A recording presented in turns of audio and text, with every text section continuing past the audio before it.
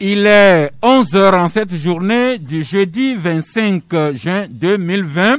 Vous êtes nombreux à nous attendre sur les ondes de Radio Canal FM, sur les ondes de Radio Lumière FM depuis Anejo, ou encore Radio Centrale FM qui émet depuis Sokore, ou encore Radio Sama FM à Niamtougou, Radio Daoul à Bassa, Radio Courtoisie à Dapan, et dans le monde entier sur les radios numériques, et pourquoi pas l'application Canal FM, avec également le réseau YouTube qui va nous reprendre à partir de la fin de cette émission. À la technique, Victor Gwekaku Michel Tomega et Géraud Dakoucha. Au studio ici, quelqu'un qui nous a manqué ces 2 dernières semaines, que nous retrouvons aujourd'hui, Michel Saraka Balo Tchadja, de Journal Les Vainqueurs. Bonjour. Bonjour Sass, bonjour à nos confrères ici présents, bonjour à l'invité et puis bonjour à tous nos amis super branchés. Merci. Jean Legrand Polorini du journal Canal D, paru aujourd'hui même, version numérique. Bonjour. Oui, bonjour Sass, bonjour aux confrères présents au studio et bonjour à toutes et à tous. The Guardian avec son directeur Ambroise Yao Kondjo, également paru aujourd'hui, version numérique. Bonjour. Bonjour Sass, bonjour confrères ici présents, bonjour les Togolais et les Togolaises.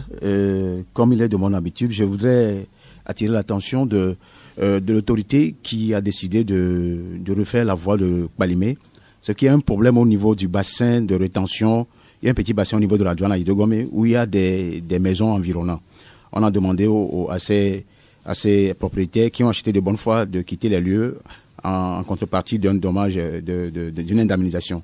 Sauf que moi, j'en appelle au comité chargé de règlement de cela, de voir de façon judicieuse cette affaire, que de laisser certains encore chercher à profiter des paisibles citoyens, de ce qui peut en découler de cette réhabilitation de bois. Ce que j'en sais, c'est qu'il y a généralement un comité interministériel composé des experts des ministères des Finances, de l'économie, des TP, qui font ce travail. Eh bien, nous les exhortons à faire le travail comme il se doit et que la route vienne profiter à tout le monde. Michel a trahi le secret que nous avons un invité. Effectivement, il y a un invité aujourd'hui, Kokouda Chardé. Bonjour. Bonjour Sass, bonjour chers journalistes et bonjour aux auditeurs. Auditrices. Auditrices, naturellement, parce que nous n'allons pas oublier les femmes. Avec nous, parce que vous êtes dans vous travaillez dans le domaine de la désinfection des domiciles et des services. Vous allez peut-être nous être utile en ce temps de pandémie du coronavirus. Merci d'avoir répondu à notre invitation. Pensée du jour, c'est une sagesse populaire que nous remettons à la page aujourd'hui et qui dit: un savoir que l'on ne complète pas chaque jour diminue tous les jours. Encore une fois, un savoir que l'on ne complète pas chaque jour diminue tous les jours. C'est comme Thomas Sankara qui a dit que la vie, c'est comme faire du vélo. Si jamais vous vous arrêtez, c'est que vous tombez. Donc, en avant, toutes, et que l'information soit toujours au rendez-vous ici du Club de la Presse. Au menu aujourd'hui, nous allons revisiter la conférence de presse que la coordination nationale de la réponse à la Covid a animée hier. Nous allons revisiter tous les aspects et nous allons également partager avec vous quelques informations sur les impacts de la Covid-19 sur notre vie au quotidien et également sur l'économie. Et nous allons terminer par quelques informations, quelques titres des journaux parus aujourd'hui. Eh bien, à la conférence de presse hebdomadaire que le médecin, professeur colonel, a animé hier, les chiffres ont été actualisés et nous apprenons depuis hier que le Togo a effectué un total de 28 687 tests de dépistage, Là-dedans, il s'est révélé 583 cas. Les morts, malheureusement, il y a eu un nouveau mort depuis hier. Le Togo a désormais 14 morts. Les guérisons qui entretiennent l'espoir, 392 cas guéris. Et à la journée d'hier, c'est un total de 177 malades qui étaient sous traitement au CHR Lomé Commune, mais un peu partout également dans les centres aménagés à cet effet dans le pays. L'autre information également qui intéresse le monde scolaire et les parents, Michel, c'est que le colonel Djibril a informé hier qu'il y a 5 élèves qui ont été dépistés positifs au coronavirus. D'après ce qu'il nous a dit, ces 5 élèves ont été depuis isolés, confinés et sous traitement. Mais c'est dire que la COVID-19 est en train également de pénétrer nos écoles. Ah oui, je pense que comme le gouvernement l'a recommandé, nous devons avoir toujours l'arme au pied dans cette lutte contre la COVID-19. Mais ce que je regrette un peu, c'est la manière dont ces points de presse-là, de cette cellule de riposte-là, sont faits. Puisque, si je prends par exemple notre Ganoara l'évêque, on n'a jamais été associé à quoi que ce soit. Par rapport à ça, c'est les mêmes personnes qu'on invite à tout moment. Je trouve que ce n'est pas peut-être par rotation. On pouvait aussi faire en sorte que les médias quand même aillent aux nouvelles de temps en temps, que de faire en sorte que c'est les mêmes personnes qu'on invite tout le temps. Moi, quand cela ne tienne, c'est l'information qui est distillée. Nous devons la prendre comme telle. Et ce que tu as dit par rapport à ce qui se passe ce qui s'est passé avec la contamination des élèves, c'est regrettable que des tout petits, en tout cas des élèves puissent avoir à être contaminés par cette maladie. Mais comme le colonel médecin l'a dit, ils sont isolés et nous osons croire que ils seront bien traités et bien suivis pour que au finish qu'ils quand même puissent être bien guéris et regagner quand même leur classe. Mais ça doit aussi interpeller le ministre des enseignements primaires et secondaires et son collègue de l'enseignement technique et professionnel qui doivent redoubler de vigilance, qui doivent de temps en temps interpeller les inspecteurs et à travers les inspecteurs, les directeurs d'école pour que des mesures les mesures barrières dictées par le gouvernement soient strictement respectées et au quotidien suivre les élèves pour que qu'on ne puisse pas encore enregistrer des cas d'élèves contaminés. Pour le cas de contamination dans les écoles, c'est vrai d'interpeller les ministres en charge de l'enseignement général technique qui va rejaillir sur les inspections, les chefs d'établissement.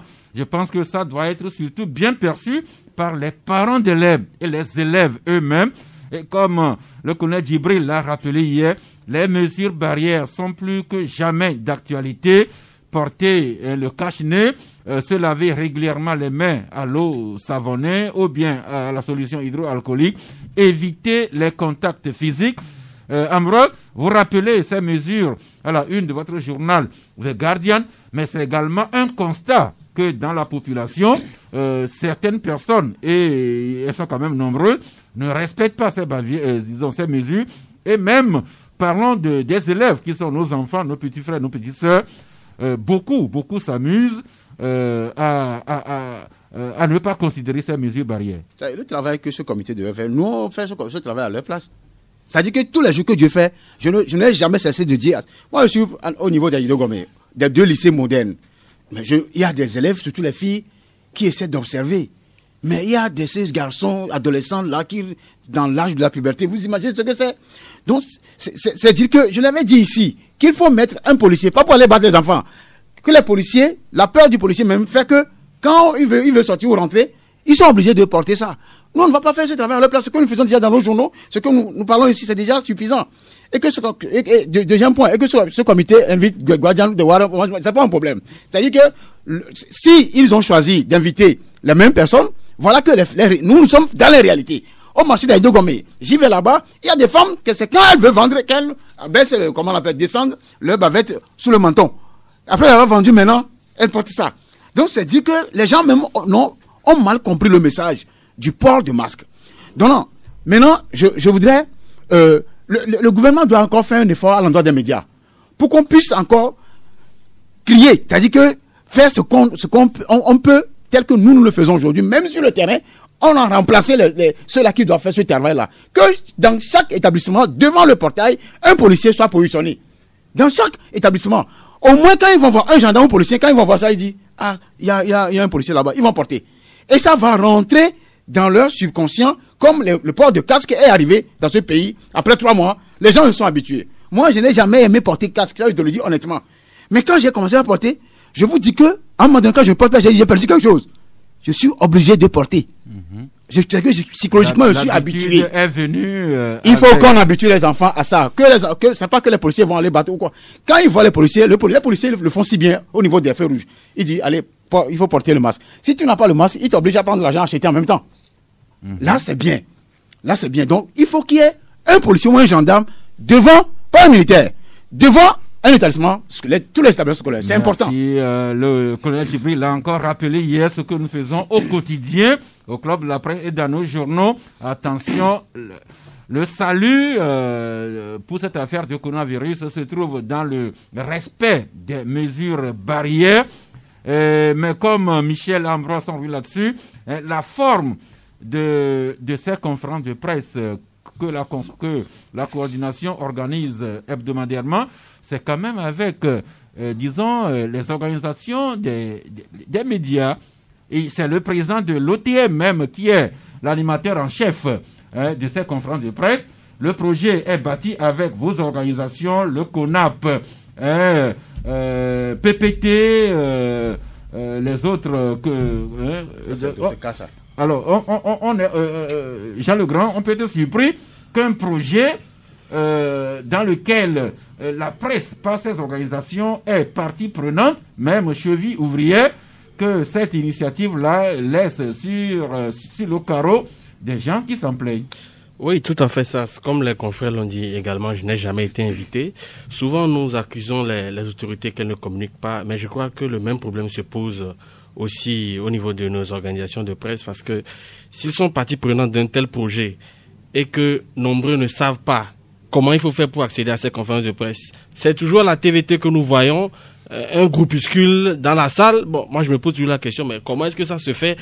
Comme tu l'as dit, tu l'as relevé, le président de l'OTM est souvent à la table d'honneur, mais bon, on se demande, est-ce que c'est un roulement? Si un roulement est fait, pourquoi est-ce que toujours nous n'avons jamais été appelés? Parce que ces conférences se tiennent depuis plus d'1 mois. Donc bon, ça a été, je crois, la 7e ou 9e séance d'hier. On peut être surpris que 3 journalistes ici qui sont habitués au Club de la Presse et qui reviennent sur le sujet. C'est l'habitude de la maison là. Laissez-les faire. C'est les mêmes, la plupart, c'est les mêmes personnes. La parole était à Jean Legrand. Oui, tout à fait. C'est toujours les mêmes personnes qui sont invitées. Moi, j'ai essayé de regarder plusieurs fois, mais bon, je me suis dit, bien, c'est un partenariat qui a été signé en catimini avec certaines personnes encore, parce que bon, on a souvent de ces choses. On ne sait pas au fait pourquoi est-ce que c'est comme ça. Mais bon, s'ils nous entendent, au moins qu'ils essayent de faire un roulement, que chacun puisse participer, parce que chacun de nous a des questions qu'il veut poser. Si tout le temps c'est les mêmes personnes, il y a des choses qui ne seront pas soulevées et on va toujours être caressé par les mêmes personnes pensant qu'on fait du bon boulot. Merci encore une fois. Attention, le virus est en train d'entrer dans les écoles. Prudence. Les ministres, les inspecteurs, les directeurs ont beau passer le message, mais je pense qu'il est très important que les parents rappellent ces messages et ces exhortations à l'endroit de nos élèves, de nos enfants qui ont repris le chemin des écoles depuis 2 semaines. Les barrières, d'accord, mais c'est pas seulement ces gestes-là que nous rappelons au jour le jour. On apprend d'ailleurs que ailleurs il y a des séances qui sont organisées pour désinfecter les maisons, les hôpitaux, même les services, avant que le travail ne reprenne.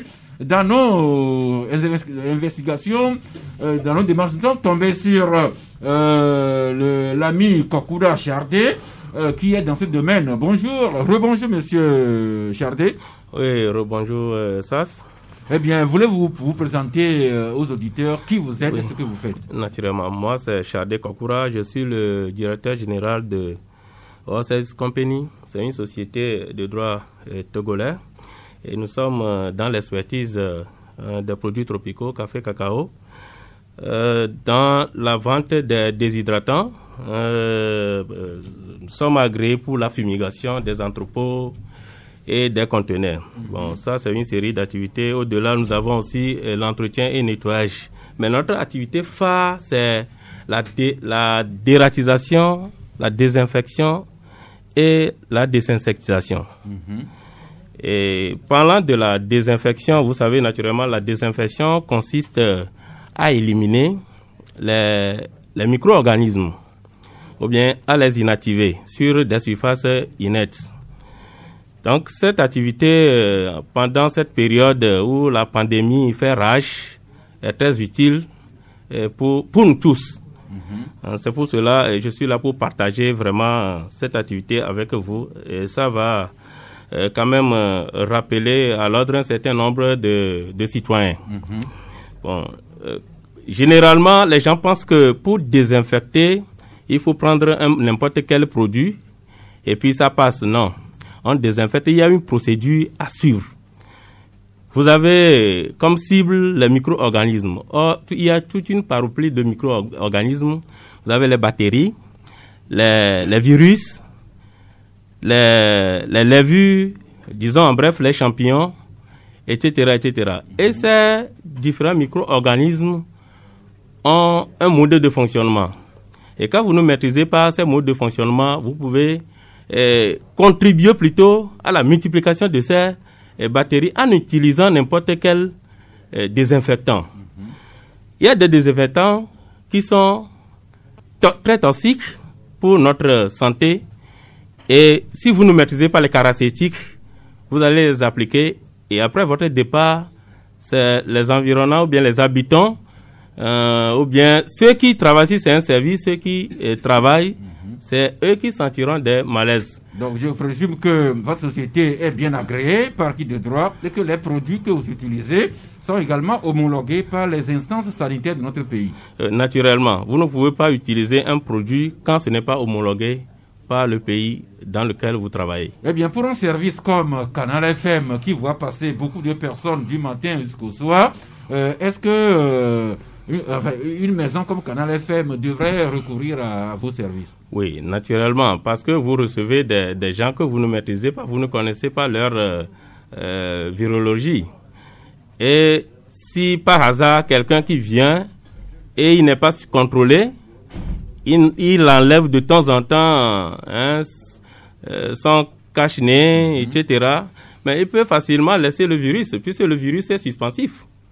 Il peut facilement laisser. Et c'est pour cela, nous, au niveau de Oasis Company, nous recommandons d'ailleurs que chaque semaine, au moins, puisque c'est une question de moyens, chaque semaine que les gens désinfectent leur service. C'est très important. Et c'est un appel, d'ailleurs, je vais profiter pour lancer aux pasteurs qui vont bientôt reprendre les cultes. Et normalement, les élèves ont repris. Et chaque semaine, on doit désinfecter les lieux. On devrait. Oui. Pas on devrait, puisque prévenir vaut mieux que guérir. On doit désinfecter les lieux. Les écoles. Les écoles. Chaque semaine. Chaque semaine, on doit désinfecter les lieux. Normalement, on doit faire chaque jour. Comme on n'a pas les moyens, on peut au moins, par semaine, désinfecter les classes.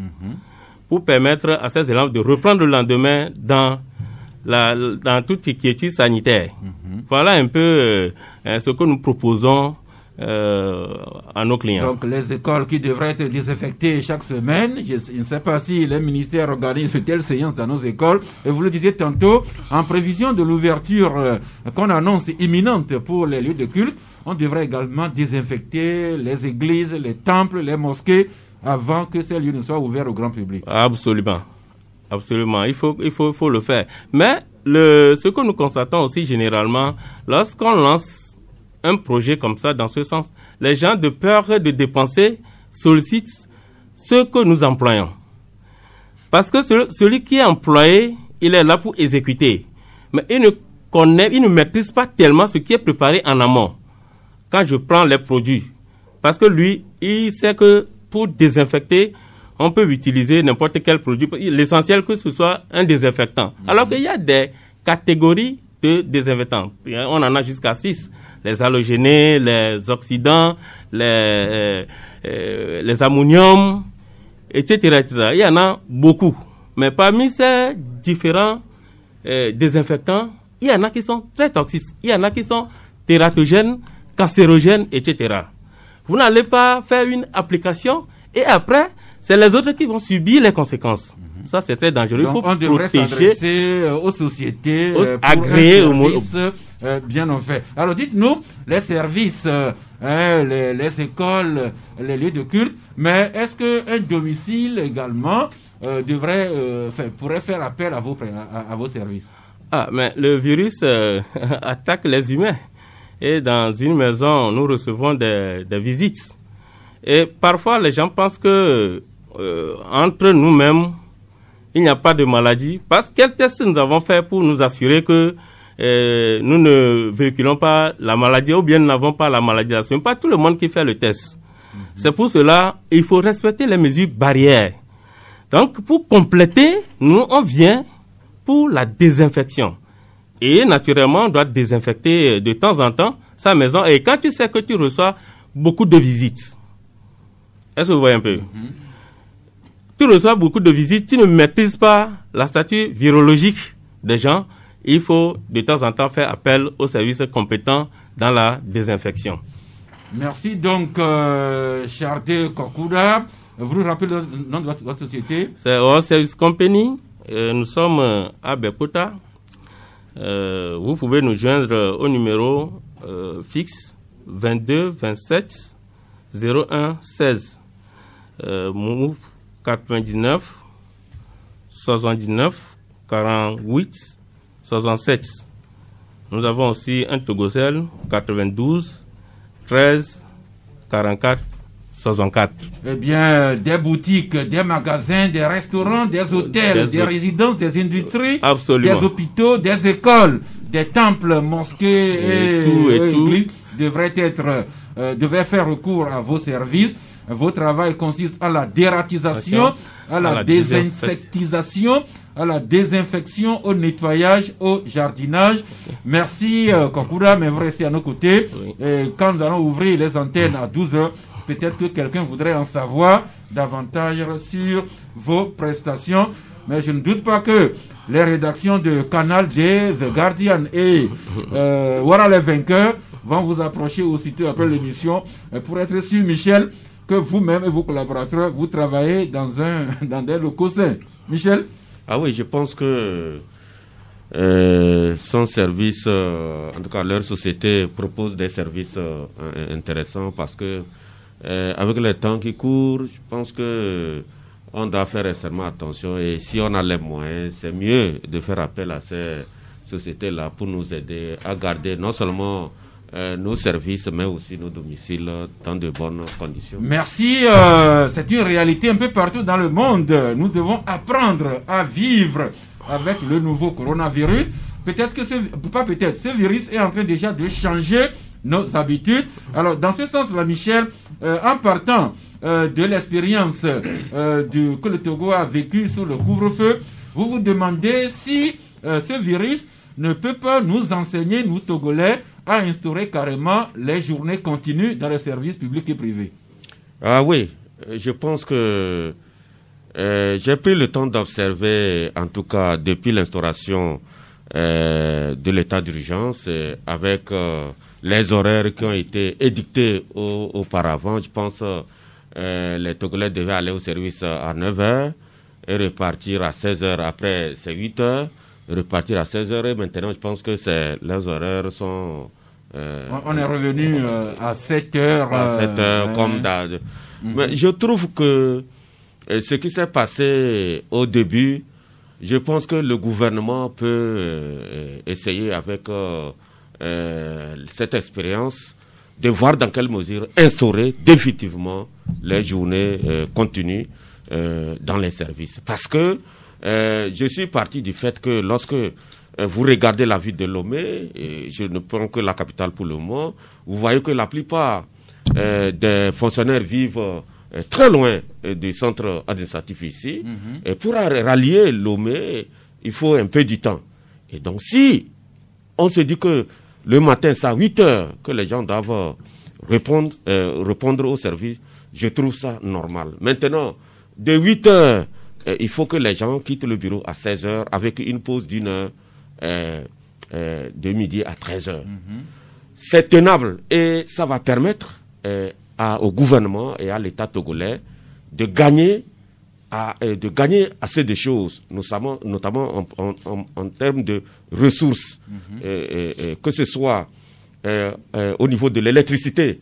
Parce que, dis-moi, de midi à 14h30, on dit que la reprise c'est à 14h30, mais le plus souvent, quand vous êtes réaliste, vous comprenez que c'est pratiquement à 15h que les gens reprennent. Ce temps-là, ça sert à quoi? Il y a certains midi, qui font la sieste dans leur bureau avec sur consommation d'électricité publique. Oui, mais là encore c'est mieux. Mais vous allez des bureaux vides où la climatisation fonctionne d'une manière continue. Vous allez voir des salles où la télé marche, il n'y a personne.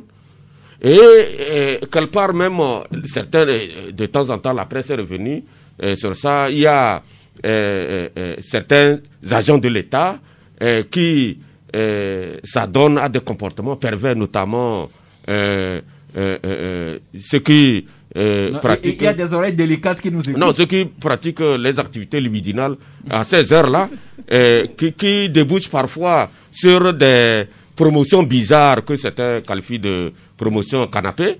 Donc, ces choses-là, je pense que l'État peut essayer de capitaliser et faire en sorte que la journée continue puisse être instaurée, parce que ça permet l'État, en tout cas les services de l'État, d'être constants, parce que lorsque vous arrivez, peut-être vous avez besoin d'un papier, vous arrivez à midi, on dit bon, on a fermé, il y a pause d'une heure, donc c'est gérable, vous pouvez patienter une heure du temps et vous pouvez obtenir votre papier là un peu après. Parce que si les gens ne quittent pas à 16 heures, vous voyez comment vous êtes à Dudogome ou vous êtes à Zanguera, vous voyez comment à partir de 18h, 19h, ce qui se passe, les embouteillages, tout ça là. C'est une piste que vous indiquez. Que le gouvernement, la journée continue peut conduire à une utilisation optimale oui. Aussi bien des ressources humaines que des ressources matérielles, avec un rendement qui s'en suivrait de façon conséquente. Eh bien, le ministre Gilbert Bahora appréciera pour ses chefs, le Premier ministre et le chef de l'État. Oui, ça, juste pour aborder dans le même sens que Michel, nous avions également aussi abordé la question il y a de cela 2 mois à peu près. Il a bien entendu relevé beaucoup d'avantages, comme l'économie en termes de ressources et tout ça. Et il faut reconnaître aussi que lorsque les fonctionnaires vont au boulot à partir de 8 heures, il y a une grande marge qui permet d'éviter les accidents le matin et même le soir aussi. Quand on boucle à 16 heures, où tout le monde a le temps de partir au temps où il veut et la circulation est beaucoup plus fluide. À midi aussi, comme il l'a dit, lorsque les gens arrivent, on dit non, c'est la pause, on reprend banalement vers 15 heures. Et quand on reprend en 15 jusqu'à 17 heures, je vous dis, qu'est-ce qu'on fait? Presque rien du tout dans l'administration. On vous fait traîner et tout ça, et parfois vous devez revenir le lendemain. Or, quand c'est à midi en même temps, les gens prennent leur repas à midi, en groupe et tout ça, ça favorise également la confraternité et tout ça, et les gens sont beaucoup plus productifs. Donc, si vraiment les autorités prennent ça en compte, je crois qu'on aura un gain au niveau de la circulation, au niveau de l'économie, du carburant et tout ça aussi, de l'électricité. En tout cas, la journée continue qui devrait qui devrait induire des changements de comportement, eh bien, laissons le soin aux sociologues, aux psychologues, de bien étudier la chose. Et pourquoi pas que ce que la presse indique pourrait être retenu. Toujours autre impact de la Covid-19 sur notre vie, c'est l'économie. l'économie qui est en train d'en pâtir. La preuve, le confrère de la Nouvelle Tribune nous parle des impacts de la Covid-19 dans le manque de la microfinance. Le journal titre carrément « Turbulence ». Et l'article relève que l'épargne baisse considérablement dans nos structures de microfinance. Le crédit est en chute libre de 30 à 40%. Le remboursement même des crédits des prêts diminue jusqu'autour de 25%. Et le report d'échéance pour plus d'1 milliard. Une activité vraiment, vraiment difficile pour le secteur de la microfinance. C'est dans ce sens que Jean Legrand, comme vous l'écrivez, le FAEJ, l'une de ces structures liées au développement de la base, qui initie des choses dans la dynamique de relancer les jeunes entreprises qui souffrent déjà de la Covid-19. Bien entendu, ça, vous savez, dès que cette crise est arrivée, elle a frappé tous les poumons de l'économie, y compris les jeunes entrepreneurs qui ont fraîchement commencé leurs activités.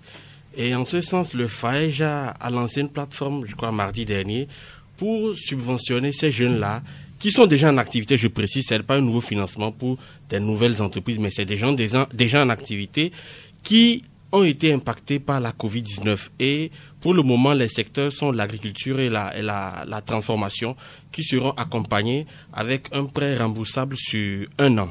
Et il faut dire que ces prêts seront pérennisés tel que la directive du FAEJ l'a dit, si bien entendu les jeunes en font bon usage et remboursent correctement les prêts pour que cela soit étendu à d'autres secteurs également. Il faut dire que c'est une initiative à encourager parce que nous nous posions la question de savoir mais comment est-ce que ces jeunes-là seront pris. Le génie qu'ils avaient en lançant ces activités, ce génie n'est pas perdu. C'est juste que la crise est arrivée à affecter beaucoup et les petites entreprises ont besoin de financement pour se relever et faire face.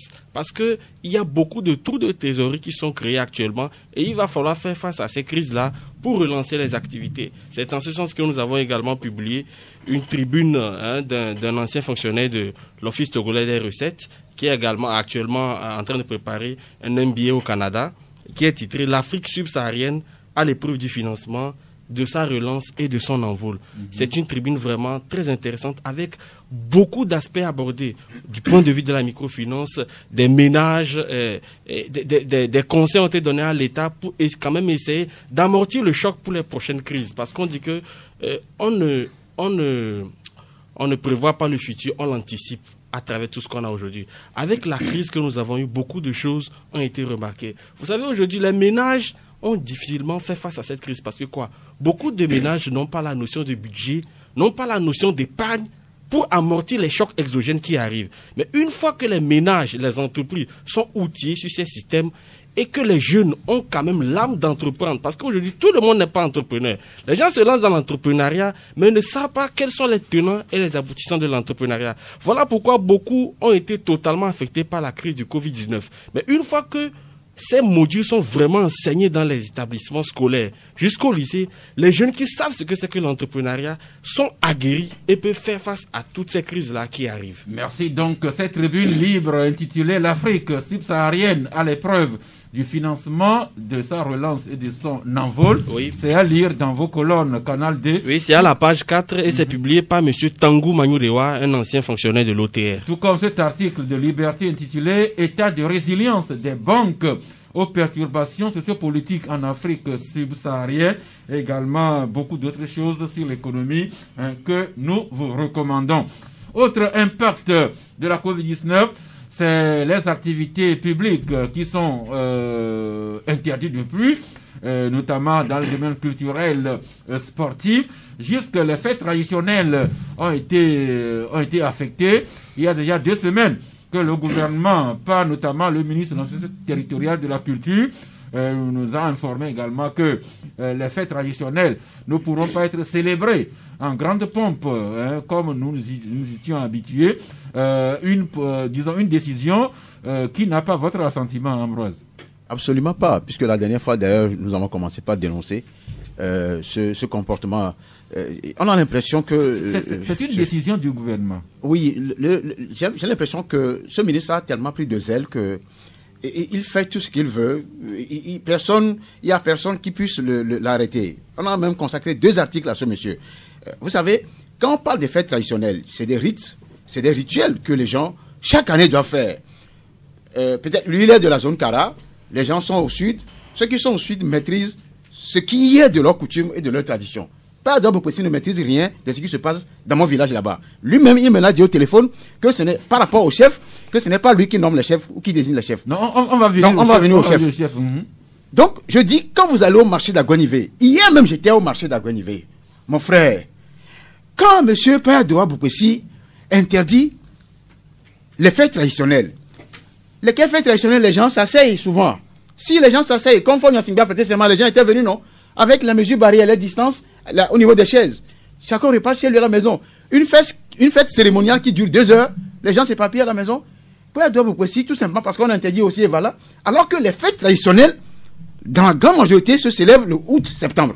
On ne sait même pas ce qui va se passer en août-septembre. Peut-être que la maladie même va disparaître d'elle-même.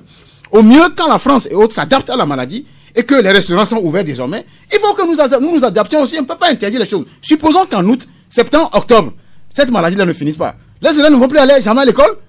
Donc c'est dire que ce ministre est tombé sur la tête. Oui, Ambroise, et il a pris du ministre, alors que peut-être que c'est lui qui a signé le communiqué, oui. Mais il a agi au nom de tout le gouvernement. Il a agi au nom du gouvernement. Est-ce qu'ils ont consulté les chefs traditionnels avant de le faire? Il faut une décision participative. On a l'impression que cette décision est prise 1 à 10 jours avant que le comité qui est chargé des EVALA. L'EVALA, c'est entre le 9 ou le 16. C'est un jeu. C'est tout récent. Même cette décision-là qu'ils ont prise, moi, je n'ai pas aimé, je ne suis pas Kabien, mais je n'ai pas aimé que l'on prenne des décisions, comment on appelle, à la place des valos, de tout ça là, parce que c'est vrai que pour la fête, les valas même, on ne puisse plus le faire, parce que c'est une lutte, c'est le corps à corps. Mais les rites, les rituels, oui, justement, le communiqué n'interdit pas les rites et les rituels. Justement, le communiqué dit que les cérémonies rituelles devront être réservées aux initiés dans les endroits appropriés. Voilà. Maintenant, quand tu lis le communiqué, est-ce que Père Doa Boukwesi encore une fois aller à Goyassié ou à Idogome? Quand vous demandez, vous allez là-bas, les gens se sont agglutinés, quoi. C'est-à-dire qu'ils ont fait une clôture. Je vous dis, ceux qui sont en dehors de la clôture, vous n'imaginez pas. Tant que ils ont imposé le port de masque, nous on avait dit ici, on s'est réjouis. Adaptons-nous à la situation. Merci. Les gens n'ont pas fêté, mais en respectant les mesures barrières, les distances. Merci. C'est le ministre Boukwesi qui a signé la décision, mais je rappelle que c'est une décision au nom du gouvernement. Il fait trop le zèle. Okay. Il faut rappeler ça. Peut-être, je ne sais pas s'il a outrepassé ses prérogatives, mais c'est au nom du gouvernement. Et à la mesure, nous apprenons que toute décision portant restriction des libertés publiques sont toujours inspirées sur les conseils de la coordination et du comité des scientifiques qui entourent le gouvernement, dont le chef de l'État. Vous savez comment les scientifiques en France sont contestés là-bas? Ce comité scientifique là, vous savez comment ils sont contestés là-bas? Maintenant, ils donnent raison à ce fameux Raoul. Ça, c'est un autre dossier. C'est un débat. Michel, il n'y aura pas de fête traditionnelle en Apothéo cette année, malheureusement, à cause du virus. Sinon, c'est dans une semaine que les EVALA devraient commencer. Ah oui, en principe, les prêtres traditionnels devaient descendre demain pour donner leur réaction. Et donc, une semaine après, ça veut dire le samedi sur prochain, normalement, on devait lutter. Mais avec... en tout cas, cette suspension, c'est une suspension des EVALA pour l'édition 2020. Moi, je ne vais pas à l'encontre du ministre. Je me dis que cette décision, elle est tellement importante que ce n'est pas le ministre Boukwesi seul qui peut prendre une telle décision. Je pense qu'il doit avoir peut-être l'aval du gouvernement et avoir du chef de l'État. Et donc, ici, la préoccupation majeure du gouvernement, puisque c'est lui qui est responsable de tous les Togolais, c'est de faire en sorte que les Togolais soient protégés. Maintenant, comme Ambroise le dit, dans les détails, puisque Ambroise est dans les détails, c'est dans les détails que dort le diable. Il faut que le ministre fasse extrêmement attention, parce que demain, actuellement, avant le début de cette émission, vous avez fait cas des élèves contaminés. Alors qu'en ouvrant les écoles, les ministres en charge de l'éducation n'ont jamais tablé sur le fait que tout le monde appelait au respect des mesures barrières. Mais n'empêche, on a eu des cas des élèves. Donc, aujourd'hui, c'est de faire en sorte que les mesures soient respectées, mais peut-être progressivement, on va voir si dans les mois à venir, si la situation s'améliore, peut-être les fêtes qui sont progressées. Pourquoi nous, par exemple, en pays kabien, lorsqu'on a dit Habie qui est célébré le premier mercredi du mois de décembre, les chefs ont déjà pris la décision que nous avons trouvé que c'était trop tôt pour les Evala. D'accord, puisque entre Evala, c'est une semaine d'intervalle. Ok, mais en décembre, on ne sait pas. D'ici là, qu'est-ce que les scientifiques diront? Peut-être la situation sera beaucoup plus. Mais les chefs se sont précipités à aussi suspendre donc la danse Habie. Pour revenir en pays kabien, vous savez que il y a 3 semaines, moi j'avais dit que Covid a replacé la lutte traditionnelle dans son contexte originel. On ne lutte pas les quinquennats en pays kabien. Nos aïeux ne luttaient pas. C'est le feu président politiquement qui est intervenu pour dire de lutter parce qu'il avait des moyens pour donner, pour faire des sacrifices qu'il fallait. Et donc, Covid est arrivé. Si vous êtes vraiment un kabien de souche, ce qui s'est passé cette année, on dit qu'on ne lutte pas. Ça ne doit pas te gêner. Puis c'est normal. C'est dans l'ordre normal des choses. On ne lutte pas les quinquennats en pays kabien. Pendant des décennies, nos aïeux ne luttaient pas. C'est feu président politiquement qui est intervenu pour les. Donc, je pense qu'aujourd'hui, s'il n'y a pas de lutte en pays kabien cette année, ça ne doit pas gêner quelqu'un. Puisque les luttes, c'est la face émergée. Vous voyez, les rites sont autorisés. Les rites sont autorisés avec la descente du prêtre. Comme je le disais, les cérémonies rituelles sont autorisées. En tout cas, c'est la lutte. C'est la phase publique qui est interdite. Oui. Et pour les Evala, ça peut se faire, ça peut se comprendre parce que il y a à partir du moment où les frontières sont fermées, si les frontières n'étaient pas, même avec la fermeture des frontières, vous savez qu'il y a de l'affluence qui est observée. On ne sait pas qui vient d'où. Et vraiment, les autorités, peut-être les chefs, peuvent craindre que quelque chose puisse arriver. D'autant plus que d'autant plus qu'ailleurs dans le monde, on assiste à une résurgence notamment en Chine et en Allemagne. L'Allemagne qui a été obligée de reconfiner toute une région. Ce matin, j'ai écouté que les scientifiques, même si Ambroise ne les aime pas beaucoup, les scientifiques britanniques alertent le gouvernement de Londres que si on ne fait pas attention, le Royaume-Uni pourrait connaître une deuxième vague dans la période automne-hiver qui serait plus dure encore. Encore une fois, prudence, faisons confiance aux scientifiques pour donner des conseils éclairés au gouvernement. Oui, ça, quand on parle de l'Occident, on peut aller aussi en Amérique latine avec le Brésil.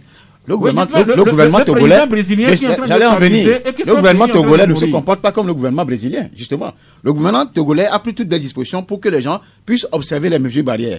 Il peut y avoir des postes de résistance. Nous, cet article a pour objectif d'éviter qu'un cas sectoriel d'école puisse être une jurisprudence pour les autres faits traditionnels. Parce que nous ne sommes pas encore, je dis bien, chez moi là-bas, on ne lutte pas. Michel a si bien dit que la lutte même ne faisait pas partie de leur rite.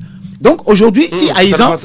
Ça n'est pas ça, s'il te plaît. J'ai dit les quinquennats. C'est Adema qui amène la lutte, c'est que tu as dit non. Non, ce n'est pas ça. Là, tu m'as mal compris. Bon, ok. Bon, je ne parlais même pas des Vala. Voilà. Moi, je voudrais aborder les fêtes qui ne sont pas encore célébrées, qui sont en août et septembre. Donc, pour Aïzan, peut-être c'est 2 heures de temps qu'ils vont faire au stade Dr Kaolo là-bas. Comment on l'appelle, à Bobozan, à Djaouzan, c'est 2 heures, 3 heures qu'ils font et qu'ils se papillent. On peut vous comprendre. Et ça ne dure même pas sur 2 semaines.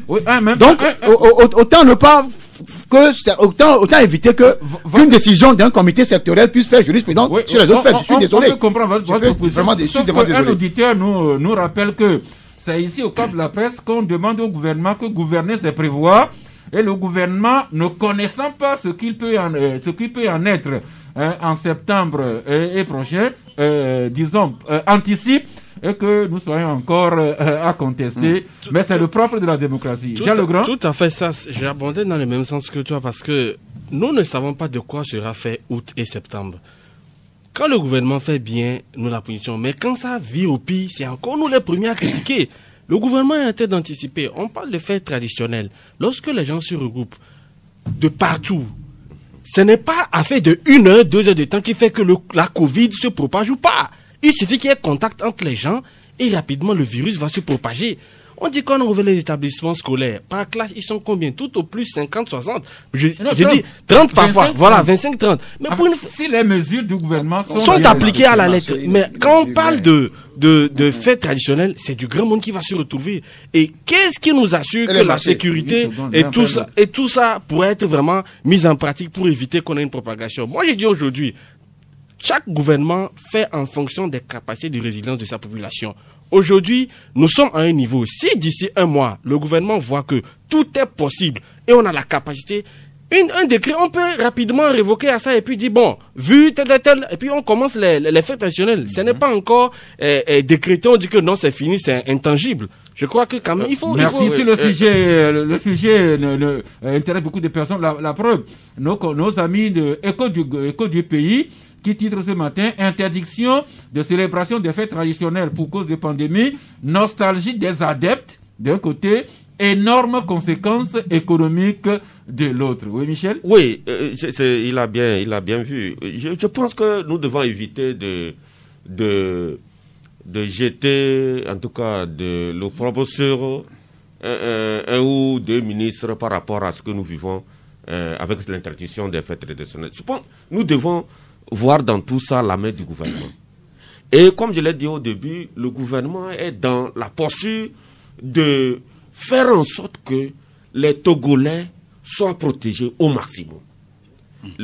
Lorsque la pandémie a en tout cas été déclenchée au Togo ici, avec les premiers cas, je pense, le chef de l'État était très soucieux et il a dit que toutes les mesures seront prises pour éviter que les Togolais soient contaminés, en tout cas d'une manière ou d'une autre. Et donc, ces mesures-là, moi, je ne suis pas en train de voir ça mal, mais nous observons au quotidien comment les choses évoluent, et si nous constatons qu'entre-temps, vraiment, la situation est tellement vraiment favorable, peut-être nous sommes les gens des médias, nous pouvons interpeller le gouvernement face à cette situation. Parce que, rappelez-vous, il y a de cela quelques semaines, c'est le même colonel Djibril qui a dit que la tendance est à la stabilisation. Voilà. Voilà, on a enregistré un mort encore additionnel avec de nouveaux cas et des élèves qui sont... Voilà. Donc ça peut tout changer. La Chine, qui a pris toutes les dispositions pour protéger les Chinois, en tout cas au pays, voilà que la capitale est à nouveau, en tout cas, qui était épargnée au départ, est maintenant... disons que, attention, donc on ne doit pas blaguer, c'est un virus parce que ces fêtes traditionnelles là, c'est vrai, moi je suis un adepte des voilà, mais je dois souffrir que ça ne se fasse pas, parce que c'est une manière de nous protéger. Merci. Je pense que Ambroise a raison quelque part, parce que je sais qu'il adore les fêtes traditionnelles comme moi, mais il n'a qu'à souffrir de comprendre que à l'heure où nous sommes, la vie des Togolais est au-dessus de tout. Mais là où Ambroise a raison, c'est que les scènes auxquelles on assiste sur nos marchés, dans nos marchés, oui, mais on ne peut pas prendre ça pour... C'est pour dire, Michel, que les mêmes mesures devraient prévaloir également pour les fêtes traditionnelles, toutes circonstances qui nous exposeraient à la contamination. Deuxième sujet. Deuxième sujet concernant vous précis. Allez-y. Oui. Par rapport à une question de, on a publié la une même du journal, c'est la question de la chefferie dans le Yotor. Dans ce dossier également, sincèrement, il y a beaucoup de choses qui se produisent dans ce pays et on a l'impression que le président de la République est au courant, mais lui-même ne dit rien. Peut-être par complicité ou par inaction. Introduisez le sujet. Le sujet, c'est un chef traditionnel qu'on a intronisé dans le bureau du préfet. Essay Godien, dans le Yotor. Et une soixantaine de chefs cantons de tout le Yotor, chefs villages de canton des Lacs et de Vaud, sont en ébullition actuellement pour débouter le ministre de se rétracter par rapport à la décision prise concernant quelqu'un qui n'est même pas de la lignée. Je crois que nos confrères le journal La Manchette en a parlé aussi également. Nous en avons parlé hier. Dans ce dossier, le ministre, comme d'habitude, il en a fait à Covier, il a fait à Bly, il en a fait la même bêtise à J'appelle parce que oui, non. Nous, on a appelé le ministre Boukwesi. Ce n'est pas une insulte. Non, s'il vous plaît. Quand on parle de bêtises, c'est que quand vous ne respectez pas les propos ou l'ordre du conseil coutumier de la zone ou de la région, mais c'est clair que c'est une bêtise. Quand on parle de Sarkozy, un président voyou, est-ce que c'est une insulte? Quand vous parcourez le circuit de Sarkozy, vous comprenez que c'est un président voyou. C'est pour vous dire en réalité que ce ministre doit être décommé là-bas. Je ne le fais pas. Je ne nomme pas les ministres. Oui. Mais j'ai l'impression qu'il a... Moi, je l'ai appelé. Vous savez ce qu'il m'a dit? Il dit, Boukwesi ne nomme pas les préfets. C'est sur le conseil de ses collaborateurs qui sont là-bas. Les préfets qui sont d'ailleurs dans une majorité corrompue. Merci, Ambroise. Je vais terminer. Non, ça fait longtemps que vous parlez, s'il vous plaît. Non, c'est l'article. Je vais terminer en disant que ce dossier, si le ministre ne se rétracte pas par rapport à celui qu'on a intronisé à Saint-Gaudien là-bas, contrairement à celui qui vient de la lignée directe, le père est décédé, ça fait 11 ans, et que le fils doit être intronisé, on place quelqu'un, c'est peut-être ça va bader, parce que les chefs d'élection ont déjà rencontré le Premier ministre Kassou. Encore une fois, il y a au moins s'il vous plaît, Ambroise, 5 ans par rapport à cela. Et à tout le monde, nous pouvons critiquer toute personne sans tabou, mais je voudrais qu'on mette un point d'honneur à ce que des termes courtois soient utilisés à l'endroit des autorités. En France, si on peut écrire qu'un chef d'État est voyou, je pense qu'au Togo, on peut trouver d'autres termes pour qualifier les comportements et les actes de nos dirigeants. Cela vaut pour notre propre honneur. Mais restons toujours au sommet de l'État avec Michel Tchadja. Nous avons voté pour l'élection présidentielle le 22 février. Le chef de l'État, il a prêté serment déjà depuis début mai. Et c'est au club de la presse ici que les médias ont beaucoup réclamé le premier gouvernement du 4e mandat. Et puis après, c'est sur le réseau qu'on a appris que le chef de l'État maintenait ce gouvernement pour cause de la riposte à la pandémie pour 3 mois. Les 3 mois vont finir mardi prochain. Peut-être que le prochain gouvernement va sortir. En tout cas, vous anticipez un peu quand vous écrivez « Nouveau gouvernement en gestation, les Togolais retiennent leur souffle ». Ah oui, puisque les 3 mois sont en train de terminer. Le mois de juin est en train de finir et donc l'état d'urgence décrété par le chef d'État normalement doit prendre fin. Et donc, à ce niveau-là, il y a un problème. Le décret par lequel le chef de l'État nous a mis dans l'état d'urgence, le décret a été signé le 8 avril pour un état d'urgence qui a démarré depuis le 16 mars. Ça veut dire que depuis le 16 juin dernier, les 3 mois d'état d'urgence, tel que le décret présidentiel l'a institué, est déjà expiré. Maintenant, la fin du mois de juin, c'est dans quelques jours. Ah oui, puisque tout le monde... tu as parlé des réseaux sociaux. Bon, certains laissaient croire que c'est avec la fin de l'état d'urgence que on pourra peut-être reconduire l'actuel Premier ministre ou bien nommer un nouveau Premier ministre. Et donc, tout le monde actuellement... Mais ce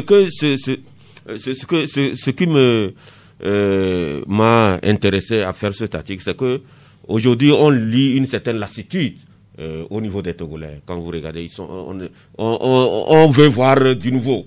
Ça dit que les gens veulent du nouveau actuellement. Ça dit que l'attente a tellement duré. L'attente a été tellement longue et vous savez que nous avons été toujours habitués par les chefs de l'État comme ça. À chaque élection, il faut aussi prendre du temps avant de voir le visage du nouveau Premier ministre avant, ou bien la reconduction de l'ancien et avant de... Non, en somme, les Togolais veulent avoir un nouveau gouvernement pour le nouveau mandat. Lorsque vous interrogez les gens, j'ai pris le temps de faire ce petit exercice. Si le chef de l'État ne renouvelle pas aux 3/4 ce gouvernement, le gouvernement actuel, je pense que les Togolais ne seront pas satisfaits. C'est-à-dire, les gens veulent de nouvelles têtes. Les gens veulent de nouvelles expériences. Les gens veulent voir de nouvelles femmes, de nouveaux hommes pour voir qu'est-ce que concrètement le chef de l'État a envie de faire par rapport à ce 4e mandat, parce que la Covid qui est intervenue a bouleversé beaucoup de choses. Et donc, les gens sont inquiets. Donc, il faut, puisque ceux-là qui sont au gouvernement depuis, il y a pour certains, on ne sait pas combien d'années ils sont là-bas. Et donc, les Togolais veulent une nouvelle dynamique. Une nouvelle dynamique. Et le chef de l'État doit vraiment prendre ça. Merci. Le chef de l'État appréciera, mais du chef de l'État, de la présidence à l'Assemblée nationale, le pas est vite franchi. Les députés qui sont toujours en activité, pas plus tard que mardi dernier, ils ont voté une nouvelle loi portant réglementation de la cantine scolaire. Mais les députés, peut-être Jean Legrand, les députés que vous souhaitez voir sur la problématique des déchets électroniques. Et vous relevez dans votre parution déchets électroniques entre danger et manque de législation aussi au Togo. Tout à fait ça. Aujourd'hui, les déchets électriques et électroniques semblent un peu être oubliés. Quand vous circulez dans les environs de Simtogo, vous verrez beaucoup de jeunes badauds et tout ça qui brûlent les déchets là et qui se servent des ferrailles et tout ça pour revendre, pour gagner leur pitance quotidienne. Or, ils ne savent pas qu'il y a tellement de substances nocives dans ces déchets électriques et électroniques. Je vous dis qu'il y a du plomb, du beryllium, du palladium, et tout ça agit énormément sur les organes vitaux de l'individu. Et au Togo actuellement, aucune loi n'est actuellement votée pour réglementer ce secteur, et les gens s'adonnent à cette activité allègrement, ne sachant pas qu'ils sont en train de se détruire. Vous allez vers la décharge d'Aguenivé, les déchets là sont jetés de cette manière. Or, une fois que c'est enfoui comme ça, il y a possibilité de continuation dans la nappe phréatique. Et dès que ça va, toutes les cultures environnantes, à savoir la tomate, le maïs et tout ça, dès que ces poisons-là entrent dedans et les gens consomment, on développe des maladies bizarres. Nous alertons actuellement les parlementaires. Ils n'essayent pas de voter certaines lois pour faire plaisir à certaines personnes, mais ça, c'est sur le quotidien de nous tous. Une fois que on ne prend pas en compte ces aspects de la société, beaucoup de choses peuvent arriver demain. Donc, c'est pour les alerter de se souvenir de ce secteur-là qui semble être un peu abandonné, mais dont les retombées peuvent être vraiment graves pour la population. Alors, ces déchets, c'est nos anciens téléphones, les postes téléviseurs, les climatiseurs, même le matériel radio, tout ce que nous utilisons, et quand on n'en a plus besoin, on le jette dans la nature. Cela peut se révéler très dangereux pour notre vie quotidienne. Merci à Canal D d'attirer l'attention des députés, pourquoi pas du gouvernement, sur le besoin de réglementer ce secteur. Oui, Michel, Oui, je trouve très intéressant, en tout cas, ce sujet, parce que, vous savez, le plus souvent, on reproche quoi à nos parlementaires? C'est de peut-être voter des lois qui ne touchent pas directement le Togolais, le quotidien de Togolais. Ratification de loi sur convention de quoi armes nucléaires légères, nous n'avons pas. C'est-à-dire que moi je ne tiens pas compte pour mesurer comment l'appelle-t-on là, moi je ne tiens pas compte de ces choses-là pour mesurer l'efficacité d'un parlement. Non. Par exemple, là où nous sommes, il y a des faits qui sont arrivés dans ce pays il n'y a pas longtemps. J'aurais voulu voir le Parlement se saisir, ouvrir des enquêtes parlementaires. Le jeune abattu à Védier. Le Parlement pouvait interpeller et ouvrir. Ils ont la latitude de le faire, ouvrir une enquête parlementaire. La mort de notre grand frère, colonel Madiloua, par exemple, les députés devaient ouvrir une enquête parlementaire. Ça fait partie de leur prérogative. Peut-être également cette allégation sur les 500 milliards. Les 500 milliards de voilà. C'est ça, avec ça que moi je mesure la capacité d'un parlement. C'est pas allons voter des histoires de cantine. Il y a une certaine, il y a pas confraternité. Je ne vais pas dire des choses ici. C'est un qu'on invite pour des. Mais non, il y a des choses beaucoup plus sérieuses qui nous touchent directement. Merci. Oui, Ambroise. Oui, bon, je voudrais d'abord donner de l'eau à Michel en disant qu'il faudra voir aussi la qualité du Parlement qu'on a. Par rapport à cette histoire de... Non, si c'est affaire de qualité, il y a des gens de grande qualité. Même à commencer par la présidente, c'est une dame de grande qualité. Voilà. Okay. Et quand il parle de déchets électroniques, c'est vrai que nous on avait abordé, ça fait 2 ans, ce dossier qui est un dossier intéressant. Il parlait des produits, effectivement. Quand vous laissez votre télévision qui ne travaille pas dans votre chambre, le tube cathodique qui est à l'intérieur de l'écran contient du plomb. du barium, de lithium. C'est-à-dire, en tant que spécialiste de la chose, ça dégage tous les jours que Dieu fait. Vous êtes intoxiqué quotidiennement. Et le cancer n'est pas loin, après 10 ans, 15 ans, à moyen terme. Donc, c'est-à-dire que il faut... C'est intéressant d'aborder les dossiers environnementaux. Les anciens postes téléviseurs, les anciens climatiseurs, les anciens ventilos, les anciens postes radio, beaucoup de ces choses-là. Mais il y a certains même qui stockent les batteries hors d'usage dans leur chambre, dans leur magasin. Attention, tout cela, on peut s'empoisonner au jour le jour sans le savoir. Eh bien, Madame la Présidente, merci les députés. Peut-être que vous allez réglementer ce secteur incessamment. Eh bien, on va devoir suspendre ici. On a parlé aujourd'hui des derniers chiffres de la COVID-19, notamment le décès qu'on déplore hier. Ça fait 14 mois pour le Togo. La COVID-19 qui est en train de pénétrer dans nos écoles. Attention, vigilance pour les parents, les élèves. On a parlé également de ce besoin de désinfecter de temps en temps, pour ne pas dire régulièrement, les lieux publics, les services et les lieux privés. Et ces articles sur l'économie, les autres impacts de la COVID-19. Nous allons marquer une petite pause et puis nous allons nous ouvrir à vous pour vos questions et autres commentaires. 93.5 Canal FM. Eh bien, la parole est à vous. Merci de rester dans le cadre des sujets débattus aujourd'hui. Nous, les invités, vous répondrons au maximum de leur capacité. Le premier auditeur, bonjour. Bonjour, bonjour au plateau. Oui, c'est monsieur? Monsieur Kwame Tokouin-Bovier. Oui, nous vous écoutons. Voilà. Je voudrais poser une question à mon ami, pas Ambroise, mais Michel Tchadia. Oui.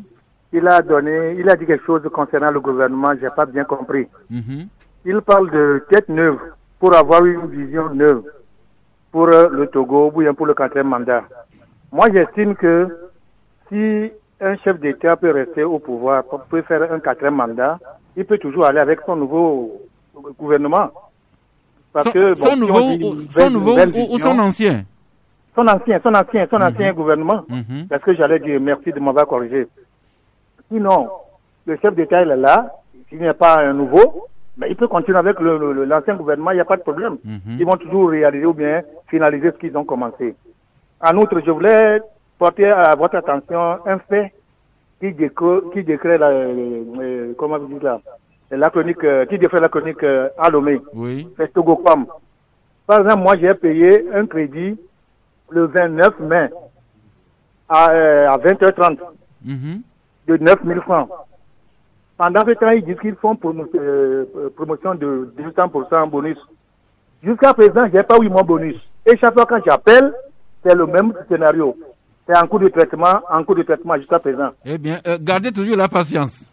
La patience jusqu'à quand? Jusqu'en 2030? Non, c'est vrai que Togocom, on en a déjà abondamment parlé il n'y a pas longtemps. C'est ça.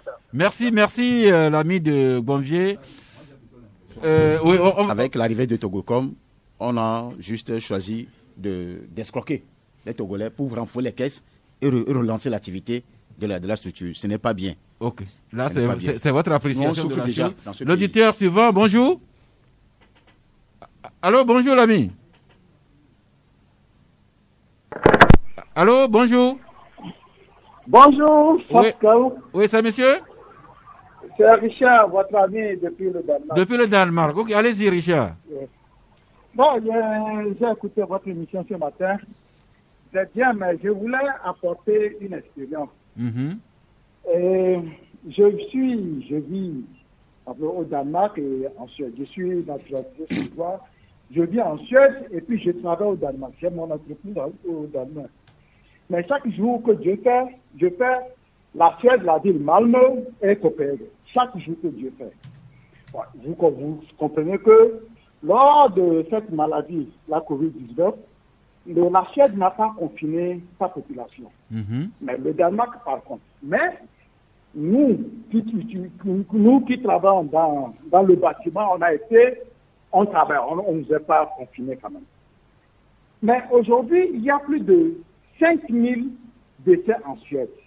Bon, le Danemark n'a pas retiré assez de choses. Mais particulièrement, aujourd'hui, alors que je vous parle, la vie a repris au Danemark.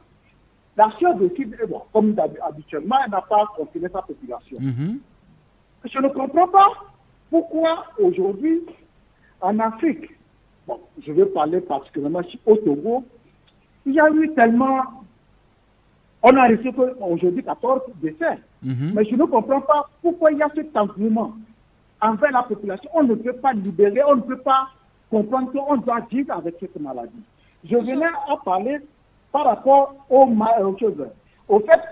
fait traditionnel. En pays cadet, en tant qu'un cabier, j'ai l'habitude de rentrer février et juillet, soit pour les funérailles ou pour les évalas. Notamment, en février, j'étais rentré lors des évalas et lors des funérailles. En somme, Richard, vous souhaitez plutôt que le gouvernement libère de plus en plus la vie. Oui. Avec respect quand même des mesures barrières. Avec les mesures, exactement. On doit vivre avec. Ici au Danemark, les gens vivent avec. Je dis, on ne dirait même pas qu'il y a une maladie. Merci Richard. Merci Richard de partager votre expérience avec nous. Qui de droit sera toujours apprécié. Merci pour votre témoignage. Je remercie Richard. Oui, un autre auditeur déjà en ligne. En attendant, Michel, le premier auditeur, vous avez interpellé, il semblait dire que le gouvernement, le chef de l'État n'a pas nécessairement besoin de nouvelles têtes pour une nouvelle dynamique pour son quatrième mandat. C'est lui ça. Très bien. Nous sommes, moi je suis journaliste, je suis la conscience des peuples. Moi j'ai dit ce que j'écoute dans l'opinion. C'est mon devoir. Si lui, il veut qu'on garde le gouvernement actuel, et par ailleurs, c'est pas moi qui nomme le gouvernement. S'il a vu Fort Gnassingbé pour lui dire de laisser le gouvernement actuel continuer, ça fait leur affaire. Merci. Mais moi, c'est ce que j'ai constaté dans l'opinion que j'ai dit. Merci. L'auditeur en ligne, bonjour. Bonjour, mon directeur Stas Gao. Papa Sibiti. Eloi Fioa. Eloi, monsieur Abouraz Konjo, bonjour. Bonjour. Le fils de mon patron, directeur Konjo. Gaga Michel, bonjour. Oui, monsieur, mon fils, le fils de mon neveu. Oui, allez-y directement, Papa Sibiti. Voilà, je voudrais lui dire d'être plus patient. Parce que mon grand frère, mon patron n'a pas été, c'est un homme, une chose. Pardon. Monsieur Sass a dit ce qu'il faut, le respect. Nous devons vous imiter en tant que fils et nous en tant que papa. Pour le confinement, ça, oui. Je ne suis pas d'accord. Si l'autre ne meurt pas, est-ce que l'un ne meurt pas, est-ce que l'autre ne va pas mourir? Même chez nous, j'attaque nos frères qui sont fanatiques musulmans. La Mecque, c'est le berceau de l'islam. Ils ont fermé. On ne sait pourquoi le Danemark ou les autres pays n'ont pas ça. Respectons ces mesures barrières pour que nous vivions. Il ne faut pas qu'on dise que c'est parce qu'on n'a pas fait ça. Si on avait fait ça, non. Soyons sûrs de ce que nous faisons. Merci beaucoup. Je vous en prie, Papa Sibiti. En tout cas, chaque gouvernement décide en connaissance des réalités de son pays. Le suivant en ligne, bonjour. Bonjour. Oui, c'est monsieur? Comme la vie d'Avedji. Comme la vie d'Avedji, allez-y. Bonjour, le plateau. Et je voudrais m'adresser à monsieur Tchambia, Michel.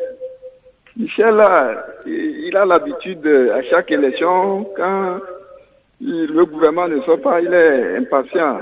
Il veut toujours voir de nouveau. Et en 2015, c'est ça, il disait qu'il faudrait que le gouvernement soit vite formé pour que le chef peut suivre. Oui, allez-y directement. Vous proposez, vous pensez quoi? Programmer le programme de société du chef de l'État. Et le gouvernement a été formé. Et jusqu'à ce jour, le programme de société concernant comment dirais-je, le programme de société concernant le social. Oui, vous tournez en rond. Qu'est-ce que vous voulez dire concrètement? Je voulais lui dire que aujourd'hui encore, il dit qu'il veut voir de nouveau. Est-ce qu'il est sûr qu'il y aura quelque chose de nouveau Parce que c'est le même système qui est au pouvoir. Merci beaucoup. Merci. Comme l'avait dit, le suivant déjà qui est en ligne. Bonjour. Oui, bonjour. Oui. Oui, Didier. Pardon? Didier. Oui, allez-y. Ma question est à M. Tchanda. Vous voulez parler un peu plus fort, s'il vous plaît? Ma question est à M. Tchanda. Oui. Comme il a vérifié, puis au moins 3 quarts des Togolais veulent un nouveau gouvernement, est-ce qu'il peut nous dire que les 3 quarts des Togolais veulent un nouveau président aussi? Peut-être qu'il a fait un sondage. Merci. Michel Tchadja? Je le réponds. Ça veut dire qu'il ne m'a pas bien suivi. Il avait une question à poser. Bon, il a posé. C'est pas que c'est pas moi. C'est ce qu'il a dit là. C'est pas moi qui l'ai dit. Moi, j'ai dit si on ne renouvelle pas le gouvernement aux 3 quarts, c'est ce que j'ai dit. Je n'ai pas parlé de 3 quarts des Togolais. Je suis désolé pour lui. Il ne nous suit pas. Merci. Juste rappeler que c'est une tradition que au lendemain d'une élection majeure, le chef d'État forme un nouveau gouvernement. C'est pas propre au Togo. L'auditeur en ligne, bonjour. Il est parti, mais il va revenir. Allô? Oui, bonjour. Bonjour. Oui, c'est monsieur? Monsieur à côté. À côté, allez-y. Ma question va à l'endroit de ça. Ah oui, allez-y. Bon, j'aimerais vous demander si vous avez, depuis le début de l'émission, quand l'émission là a commencé, si vous avez fait des enquêtes pour voir le nombre d'audiences. Si ça baisse ou bien si ça s'accroît. Nous sommes ici au studio. Pour faire le lien entre ce que je viens de dire et la question que je vais poser, c'est que appelons un chat un chat, un chien. Bon, si quelque chose ne va pas, votre enfant par exemple vole à la maison, mais il a volé. Donc appelons un chat. Si quelqu'un fait quelque chose, mais on n'est pas en train de l'insulter, mais il faut dire la vérité. Mon cher ami, l'éducation que moi j'ai reçue au village, vous pouvez dire toute chose à une personne sans nécessairement l'insulter. Je reste à cette éducation, c'est ce que je transmets à mes enfants et c'est ce qui guide ma vie de tous les jours. L'auditeur suivant en ligne, bonjour. Allô? Oui, bonjour. Bonjour, Fas. Oui. Une fois encore, merci pour l'émission. Je vous en prie. Je pense que nous traversons une époque où nous ne devons pas copier bêtement. Il y a déjà 2 semaines, quand il y avait eu des marches aux États-Unis, vous aviez un invité, un chef canton, qui a soutenu, et même un de vos collègues a dit des milliers de personnes étaient dans la rue sans masque. Aujourd'hui, au journal, il y a plus de 36 000 contaminés à Indianapolis. On attend combien de morts, on ne sait pas. Ça, c'est un peu de retenue. Un journaliste devait faire un journalisme et le ministre les décisions. Allez jusqu'à dire qu'un ministre est tombé sur la tête, quand même un peu de retenue. Donc c'est ce qu'on a. Merci pour. C'est vrai que après les manifestations auxquelles on a assisté aux États-Unis, les contaminations sont en train de flamber, notamment dans l'État de Texas et de la Floride. Peut-être que c'est les conséquences des manifestations d'il y a quelques semaines. Encore une fois, prudence. Le coronavirus, c'est une maladie que même les scientifiques ne maîtrisent pas encore. L'auditeur suivant, bonjour. Oui, allô, Sas, bonjour. Oui. Bonjour à mes collègues, à mes frères journalistes. Oui, c'est monsieur. J'avais posé une question hier, je croyais avoir la réponse aujourd'hui. Okay. C'est par rapport à ceux qui ont détourné les 17 milliards à l'OTR. Oui. Ils ont été jugés et puis emprisonnés. Au moins sur ça, on peut intervenir parce que l'administration publique a statué là-dessus. Depuis lors... Notre ami est parti. Oui, allô. Oui. Oui, c'est Pelé. Ok, Pelé. Oui, bonjour. Le oui, Pelé, allez-y. Oui, pas d'inquiétude pour M. Tchanda quand il parle de 3 quarts pour former le gouvernement. Dans le RPT, il y en a plein. Mais des gens craignent de rentrer pour être devant. S'il y a des gens dans le RPT, au moins, une seule personne ne peut pas prendre 3 postes, comme Mme Katanga. Vous voyez ça déjà? Donc, il n'y en aura pas. Fognatine va répéter les mêmes choses, va remplacer, c'est-à-dire prendre les mêmes personnes pour remplacer les mêmes personnes. C'est tout. Bon, concernant cette maladie, moi je le dis toujours, pour être clair, le sida a ses mesures de barrière. La fidélité, porter de condom, il ne faut pas utiliser les mêmes lames. Ça existe toujours, c'est pas disparu. Je pense qu'il y a de l'escroquerie intellectuelle dans ce débat-là. Parce qu'il faut qu'on efface toutes ces choses-là pour qu'on évolue. L'Afrique est en arrière depuis des siècles. Merci Pelé. Est-ce que vous suivez l'évolution de la maladie en Afrique du Sud par exemple? Je vous dis que... Et au Brésil par exemple? Le sida existe. Le palu existe. Merci Pelé. En tout cas, c'est devant toute maladie, je pense que la moindre des choses, c'est d'être prudent. L'auditeur suivant, bonjour. Oui, bonjour, monsieur Sabonné. Oui, allez-y. L'invité qui nous a parlé du gel alcoolique et autres, je pense qu'il est toujours là. Oui, d'accord. Posez votre question. Nous voyons que sur le marché, il y a d'énormes gels qui sont là, par-ci, par-là, des désinfectants. On ne maîtrise pas les qualités. Sur ce sujet, l'ami abonné, vous rappelez, nous avons reçu par 3 fois des professeurs d'université qui nous ont dit qu'ils ont trouvé des formules pour ces solutions hydroalcooliques qui sauvegardent notre vie et qui ont toutes les qualités. Nous prenons le dernier auditeur aujourd'hui. Bonjour. Allô? Oui. Bonjour. Bonjour. Et votre journée? Ah, comme vous nous suivez. Je salue le plateau. C'est mon ami Patrick. Oui, c'est votre ami Akadiao. Oui, allez-y. Et c'est par rapport au propos de mon ami Ambroise. Bon, concernant le chef canton de Yoto et puis les cérémonies. Oui. Bon, en ce qui concerne les cérémonies traditionnelles, moi, je le prierais de s'apaiser un peu parce que il faudrait que le gouvernement puisse prévoir. On dit gouverner, c'est prévoir. Donc, si on laisse les gens faire leur cérémonie et dans quelques jours, quelques semaines, il y a encore le rebondissement de la maladie, ça veut dire que ça ne va pas. Donc il faudrait que vraiment, je suis fier de la proposition du ministre. Merci. Par rapport à la limitation au règlement des dates de cérémonie. Oui. Donc pour le second point, en ce qui concerne la chefferie, je prie à mon frère Ambroise que à partir du moment où il est en train de dire qu'il faudrait qu'on prenne quelqu'un de la lignée, bon, moi, ça me fait un peu mal parce que s'il disait qu'il faudrait qu'on choisisse quelqu'un qui a l'adhésion de la population ou bien la popularité, là, je suis d'accord. Quand il parle de la lignée, on est en train de dire l'alternance pour les paysans, la République. Les chefs cantons aussi, il faudrait que ça soit de la même chose. Non, s'il vous plaît, l'ami Patrick, pour ce que je sais, c'est qu'un chef traditionnel se désigne toujours dans la lignée. Il y a des familles princières, c'est au sein de ces familles qu'on désigne les chefs traditionnels, même jusqu'en Angleterre, c'est pas n'importe qui va prétendre au trône du Royaume-Uni. Merci, c'est fini pour aujourd'hui.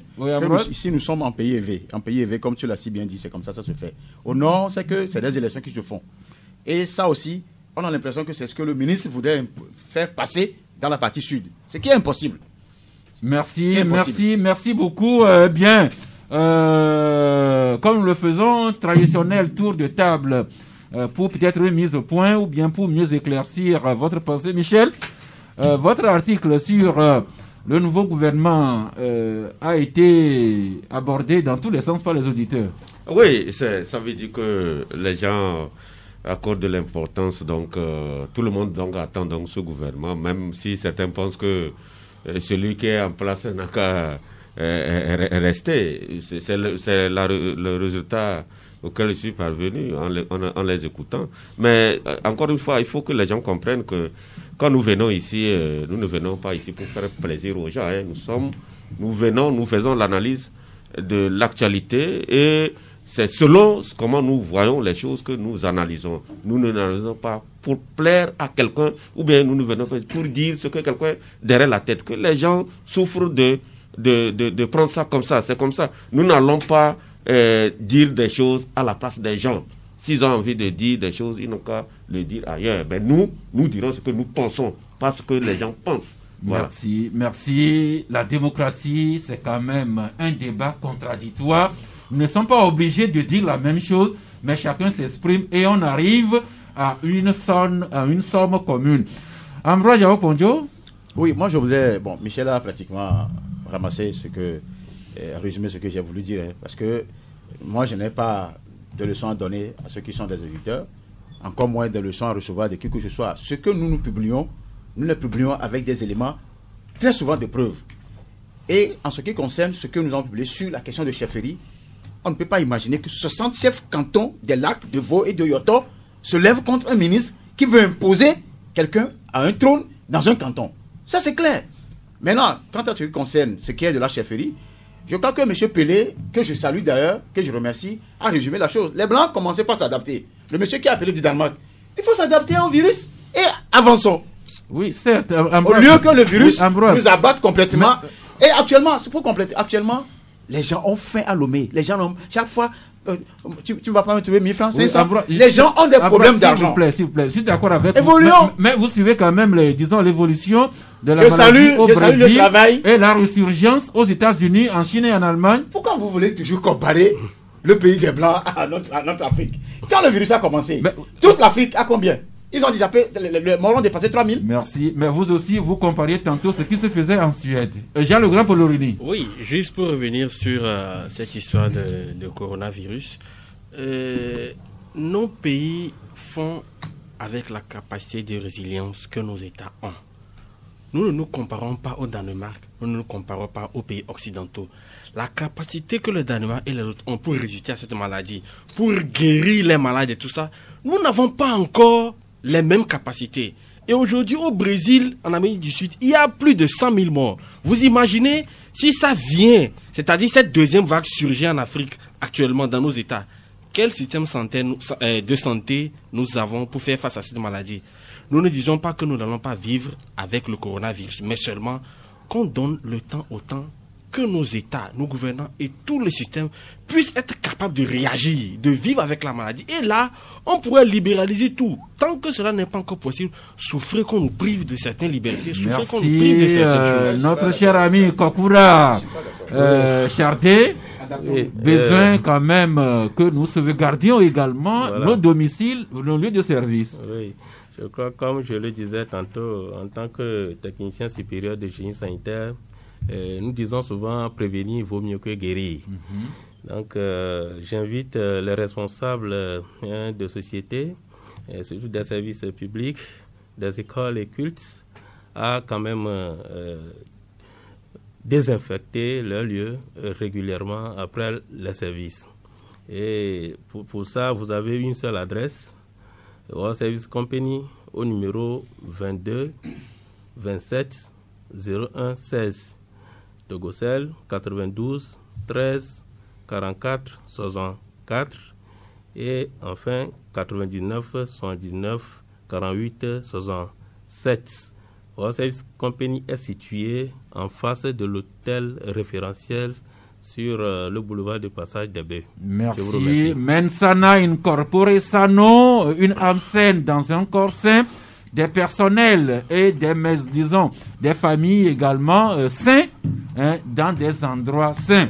Pour notre ami qui s'inquiétait du taux d'audience du Club de la Presse, je lui rappelle que nous nous animons sur Canal FM, mais nous sommes repris par Radio Lumière à Neho, Central FM à Sokode, Radio Daoul à Bassa, Radio Sama FM à Niamtougou, Radio Courtoisie à Dapan. Nous sommes en contact avec deux radios, l'une à Kara, la seconde à Takpame, et également nous sommes repris dans le monde entier par des radios numériques et Ebon Radio, Radio Gameli. Il y a l'application Canal FM, il y a le site web canalfm.com. Chers amis auditeurs, vous allez sur le site et vous découvrirez ceux qui nous écoutent actuellement. En toute humilité et en toute courtoisie, disons tout quand même avec des mots qui soient plutôt doux qu'à plutôt avec des flèches. Nous sommes partisans de plutôt tisser des ponts plutôt que d'élever des murs. Tour de table pour recueillir vos cartons. Jean Le Grand Polorini. Oui, ça, moi je n'ai pas de carton, mais je vais juste attirer l'attention des chefs d'État de l'UEMOA afin qu'ils sachent comment se prendre par rapport au processus de migration du franc CFA vers l'éco. Parce qu'il y a vraiment de la mascarade actuellement. Et le président Bouhari a mis en garde ces chefs d'État. il y a déjà 2 jours. C'est un sujet que j'ai retenu, mais faute de temps, on n'a pas pu en débattre incessamment. L'article est à l'apparition de notre journal, que chacun puisse se procurer et comprendre. Ambroise, conduisez votre carton. Je n'ai pas de carton, mais j'ai un grief contre des groupes d'individus qui veulent s'accaparer de 92 hectares à Kato dans la partie ouest, tout un village et plus, qui est là depuis avant le temps allemand, qui ont même le drapeau allemand consacré. Un individu sort de nulle part, comme ça s'est passé à Davier. Et ce procès-là, il y a comme l'impression qu'il y a des magistrats qui sont en train de, comme d'habitude, tronquer les choses pour attribuer tout un village et plus à un individu, à une famille. Merci. Michel Kadia, votre carton. Il faut que, s'ils sont au courant, ils n'ont qu'à... Nous, on les met en garde. Merci. Puis on fouille toujours. Michel? Non, je n'ai pas de carton. Je profite de l'occasion juste pour saluer tous ceux qui ont eu l'aimabilité de nous suivre. Merci. Et je me fais le porte-parole des populations de Sagbado jusqu'à Verchier-Ambroise. Ces populations qui font un plaidoyer. Pendant que la route Lomé-Palimé va commencer, pourquoi le gouvernement ne peut pas inscrire la route de Ségbé à ce chantier-là? Et comme ça, tout le quartier-là va profiter de la nouvelle route. C'est un plaidoyer des populations de Sagbado, de Logoté, d'Akato, d'Avouémé que nous transmettons à l'endroit du gouvernement.